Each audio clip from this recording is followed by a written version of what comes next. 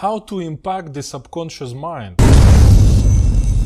You will quickly realize that you can tell yourself, oh, tonight I'm gonna have a lucid dream, astral projection, I'm gonna shift, and it doesn't happen. Like, for example, you can do the entrainment with reality checks that we gonna talk about in a short while, and many practitioners come back and say, oh, I've been doing reality checks for the past 2 years and I'm still having one lucid dream per month. Or a beginner who starts to work with some kind of entrainment, trying to communicate to the subconscious, yes, I want to shift, I want to have lucid dream or astral projection, but it doesn't happen. It takes time, and something else will pop up instead of what you are interested in.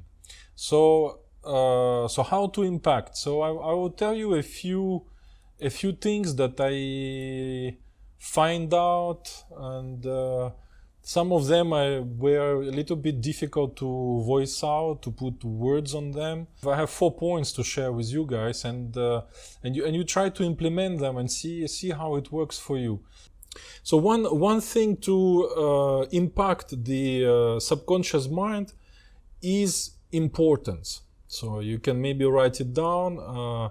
Importance. What is importance? So since we understand that subconscious mind works with survival and well-being of the human being, hence, if we can communicate to subconscious mind and say, oh, this is important for me, it is important for me to shift because, then you will be granted with resources of subconscious mind, and then subconscious mind is going to help you to be successful in dreaming practices in general. So what does it mean to something important in the eyes of subconscious mind? Well, we just said that well-being is health and mental, and maybe for somebody could be spiritual, but spiritual is a little bit difficult to put words on. Everybody is spiritual in different ways. So if we focus on the body, health, so let's say I have a health issue and I say to my subconscious, well, I'm gonna shift and I'm gonna perform healing on part of my body. Well, that's important. So if you, subconscious is like, oh my God, I'm already working every night to heal that guy who is abusing me every single day with cigarettes, for example, and now he wants to perform something finally to quit smoking.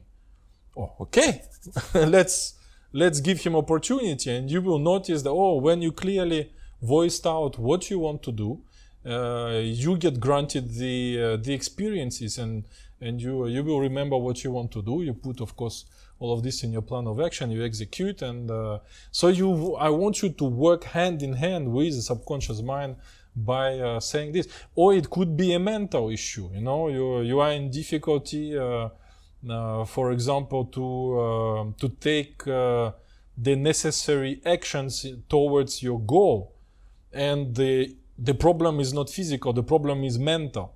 Mentally, we always postpone something, do it tomorrow, or in 1 hour is the same thing. I do it later, or I do it tomorrow, or I will do my best to meet you. When I will try to meet you. No. I'm meeting you tomorrow. That's an action. So, okay, I'm not giving you philosophy on action and procrastinating, but you see what I mean with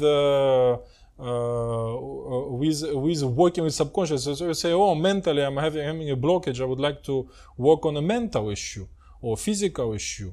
So these 2 examples can be understood by you without going into some kind of mysterious, mystical kind of explanation of importance in the eyes of subconscious.